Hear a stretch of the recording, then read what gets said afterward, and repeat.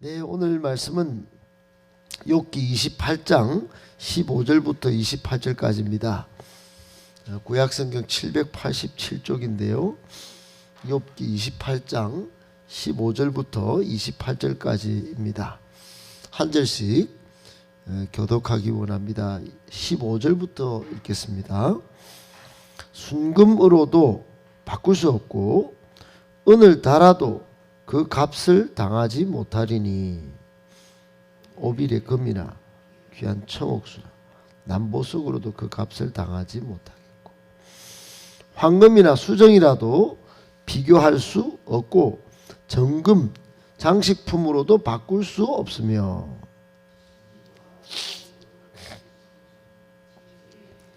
산호보다 귀하구나. 구스의 황옥으로도 비교할 수 없고 순금으로도 그 값을 헤아리지 못하리라. 그런즉 지혜는 어디서 오며 모든 생물의 눈에 숨겨졌고 공중의 새에게 가려졌으며 멸망과 사망도 이르기를 우리가 귀로 그 소문은 들었다 하느니라. 하나님이 그 길을 아시며 있는 곳을 아시나니 그가 땅끝까지 감찰하시며 온천을 살피시며 바람의 무게를 정하시며 물의 분량을 정하시며 비구름의 길과 우리의 법칙을 만드셨습니다. 그때 그가 보시고 선포하시며 굳게 세우시며 탐구하셨고 또 사람에게 말씀하셨도다. 보라, 주를 경외함이 지혜요 악을 떠남이 명철이니라. 아멘. 할렐루야. 반갑습니다. 오늘 주시는 이 말씀이 욥기 시작하면서 계속 말씀드리지만 이게 수천 년 전에 이런 귀한 깨달음을 욥이 가졌다는 사실 하나만으로도 저는 이 지혜자의 이 지혜자인 이 욥을 참 한마디로 대단하다. 어찌 보면 좀 무시무시하다 이런 느낌을 갖습니다.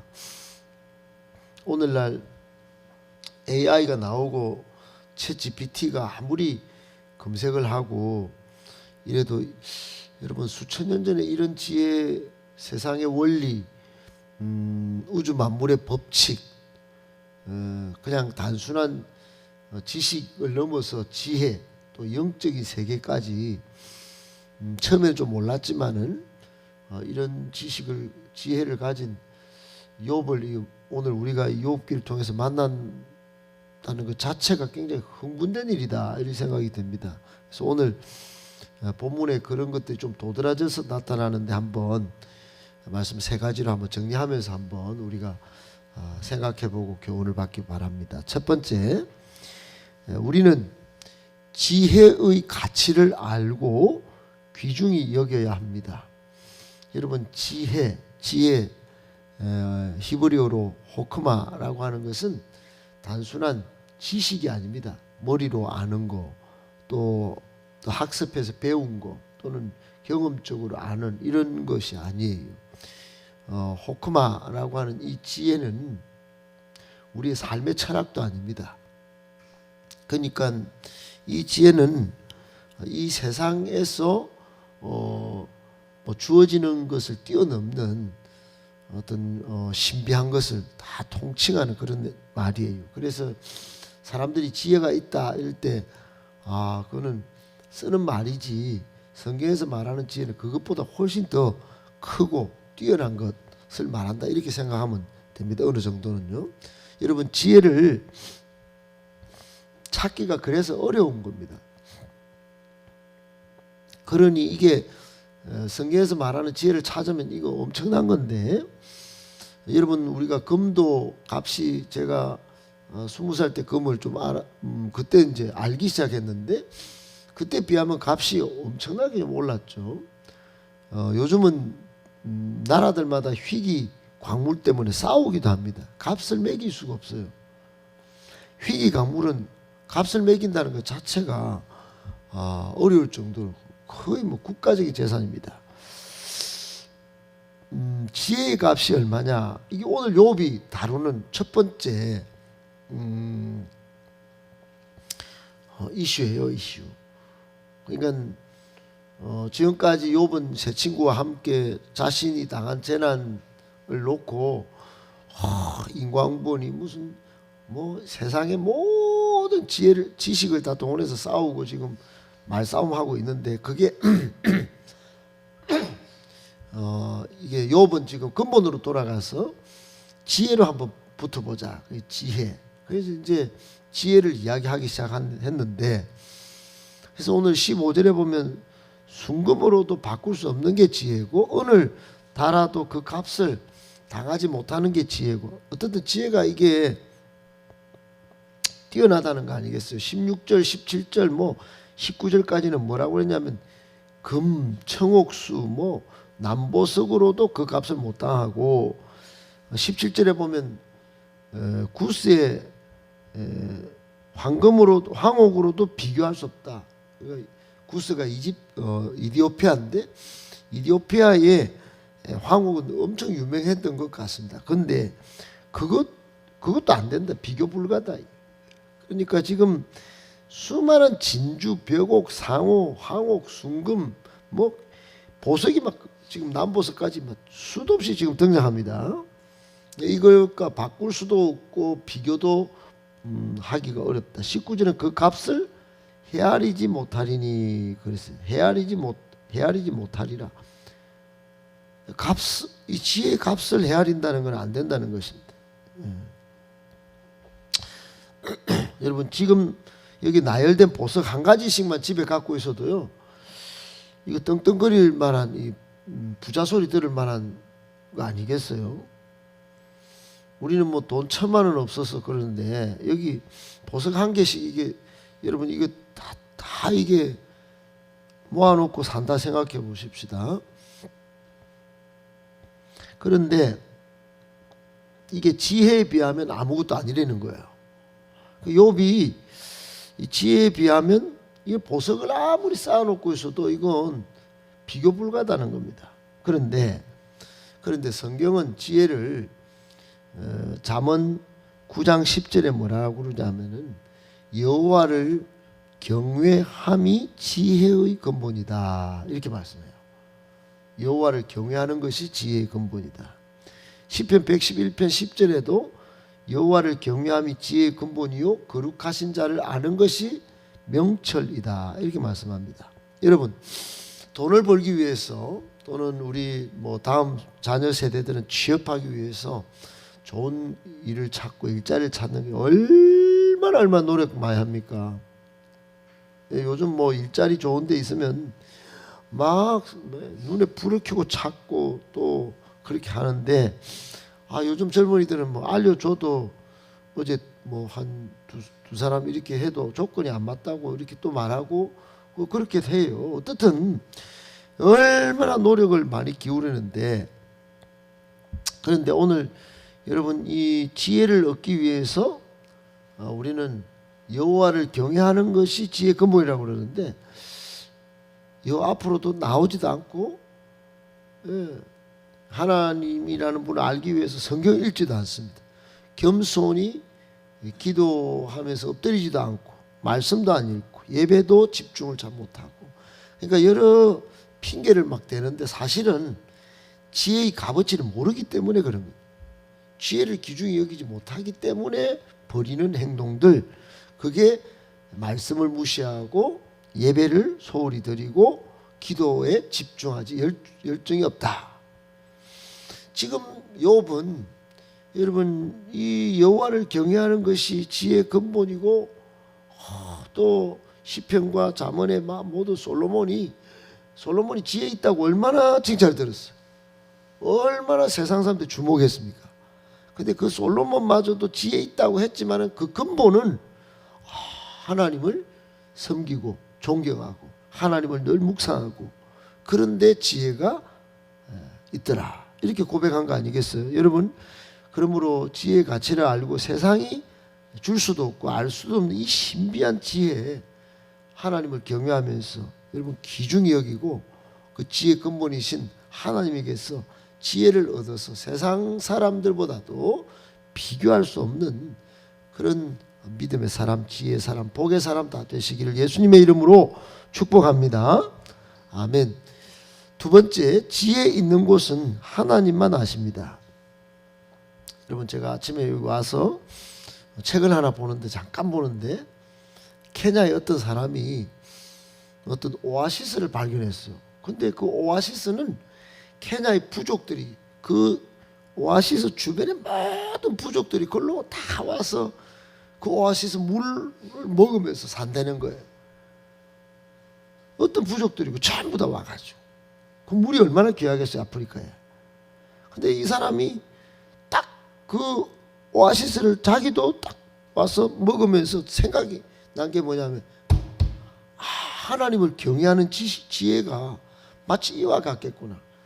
하나님을 경외하는 지혜를 알면 전부 다 이 부족도 살고 저 사람도 살고 이 형편에 있는 사람도 살고, 오아시스 같은 게 이게 여호와를 경외하는 거, 성경, 이게 아니겠나, 이런 깨달음을 얻었다고 책에 적어놓은 걸 금방 제가 발견했어요. 근데 여러분, 우리 앞부분에 욥이 지혜는 온갖 보석과 비교 불가할 만큼 소중한 것이다 말했어요. 그러므로 반드시 여러분 찾아내고 그걸 붙잡아서, 보석은 팔아 제껴도 지혜는 붙들고 있는 게 이 기본 상식 아니겠어요? 좀 생각 좀 아는 사람이라면. 근데 문제는 이 지혜가 어디 있는지 잘 모르기 때문에 안 찾고 못 찾고 그렇게 사는 거 아니겠어요? 근데 욥이 오늘 20절에 보니까 희한한 말씀했습니다. 지혜는 어디 있냐? 20절에 그런즉 지혜는 어디서 오고 명철은 그 잠깐 머무는 것이 어딜까? 21절에 보니까 생물의 눈에도, 아무리 눈이 우리보다 좋은 생물의 눈에도 이 지혜는 아무리 저 독수리가 저 위에서 물체 포착은 기가 막히게 하는데 이 지혜는 숨겨져 있고, 공중의 새도 눈이 싹 가려져 있는데 그 멸망과 사망도 뭔가 사람들 다 잡아갖고 이렇게 죽음으로 끌고 가는 이 멸망도 사망도 우리가 귀로 소문을 들었다 가는데 이게 끝까지 가보는데도 지혜는 발견을 못하는 거야. 그래, 이게 참 욥이 표현을 쓴 거는, 이런 표현을 쓴 거는 아무리 세상에서 찾아보려고 해도 세상에서는 지혜를 찾을 수가 없겠다.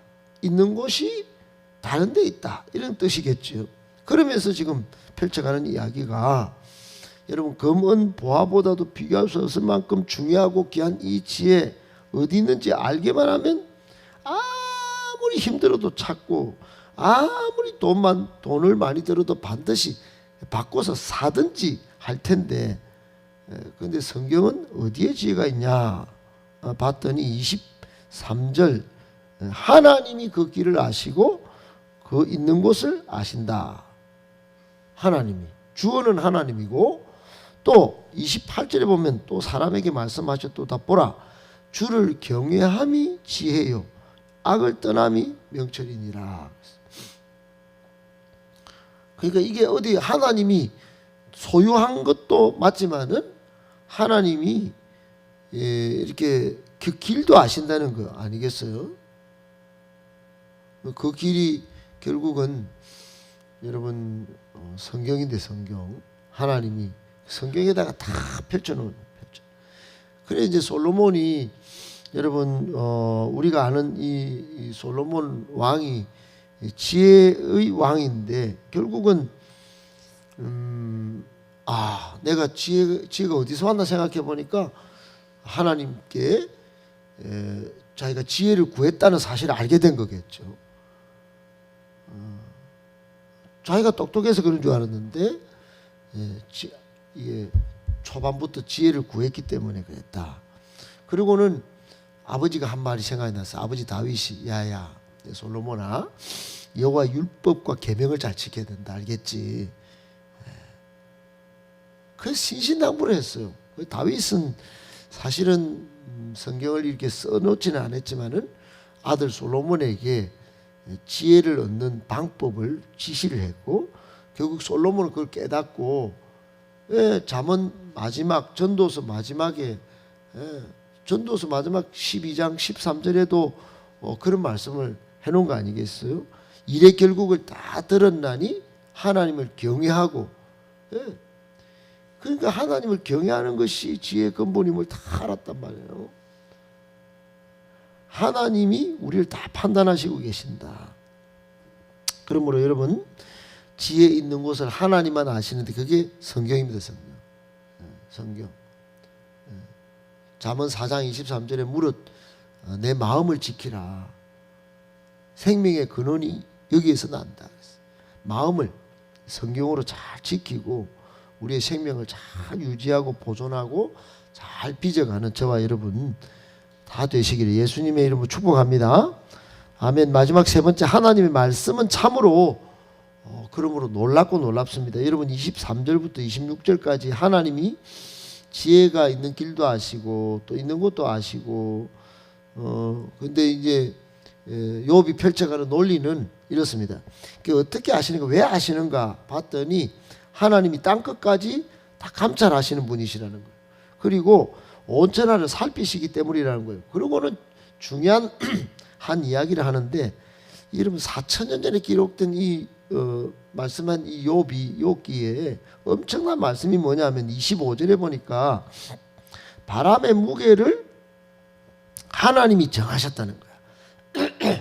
물의 분량도 정하시고 비 내리는 법칙 또는 비구름의 길 물의 법칙도 하나님이 정하셨다는 거예요. 만드셨고, 여러분 근데 이게요 과학적으로 바람의 무게가 있는 것, 이게 공기에 무게가 있는 게 언제 발견됐냐? 얼마 전입니다. 이게 4,000년 전에 욥이 이렇게 말을 했는데, 불과 1640년도에 이태리의 과학자 토리첼리가 이 기압계를 가지고 기압계를 발명해 가지고 공기를 떡 넣어서 기압을 조사를 했는데 1기압의 수은 760mg이 있다는 것을 공기에도 무게가 있다는 걸 발견한 거예요. 불과 이게 17세기에. 그러니까 4,000년 전에 욥이 이 바람의 무게를 정하신 분이 계시다고 이런 말을 썼다는 것 자체가 저는 이게 대단하다 생각합니다. 여러분 이거를 결국 다 중요한 거는 이 법칙을 하나님이 정하시고 하나님이 만드셨다는 것을 욥이 알았다는 거 아니겠어요? 그래서 하나님을 섬길 이유, 또 지혜의 보고인 이 말씀을 가까이 해야 될 이유를 우리가 발견하는 것이겠죠. 여러분 하나님을 경외한다는 것은 하나님이 창조주이시면서 지금 보존자이시고 섭리자이시고 마지막 심판주가 되신다는 사실을 인정하고 받아들이는 것을 말합니다. 내 인생의 주인, 내 인생의 왕, 그분이 하나님이신 것을 받아들인다는 것이겠죠. 그것도 가르쳐 주는 게 말씀입니다. 말씀. 여러분 꼭 기억하고 이 말씀 얼마나 놀랍습니까? 여러분 이 욥도 그랬고 솔로몬도 그랬고 오늘 우리도 그래야 합니다. 하나님 말씀을 가까이 하면서 복받고 항상 기쁨과 즐거움 가운데 살아가시는 저와 여러분 다 되시기를 예수님의 이름으로 축복합니다.